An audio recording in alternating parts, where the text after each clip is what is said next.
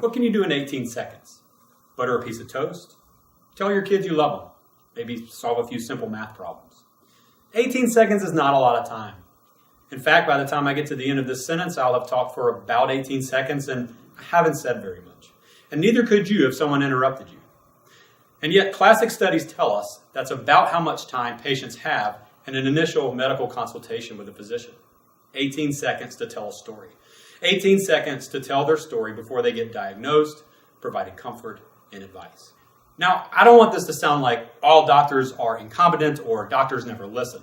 As a son of a physician, I truly believe that healthcare professionals of all stripes want to first do no harm and clearly care about their patients' well-being. The fact is that the same tendency that drives physicians to interrupt their patients drives us all. We live in a society that's talk first, one that values quick decision-making over thoughtful discernment. The fear is, if left to their own devices, people will talk all day. If you've ever said something like, "I don't have time for this," when someone's speaking, what they hear is, "I don't have time for you. You're not valued." And if you're in the people business, you can't afford that interpretation. So what can you do? I truly believe that you can listen your way to effective conversations between colleagues, friends, coworkers, employees, and business partners.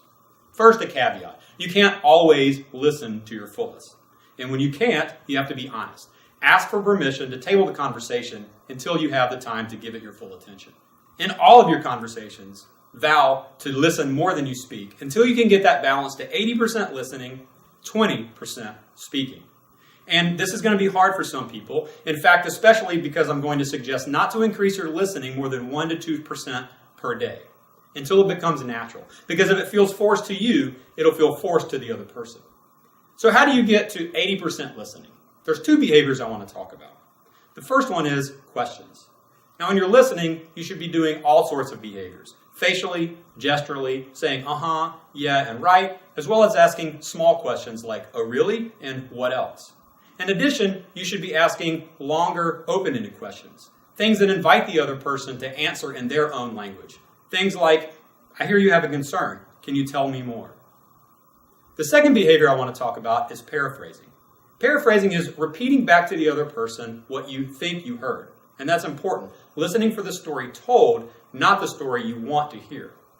Paraphrasing goes something like, "So what I hear you're saying is that you're concerned about your child's safety. Is that right?" When you ask, "Is that right?" at the end of the paraphrase, it suggests that you're open to alternative explanations.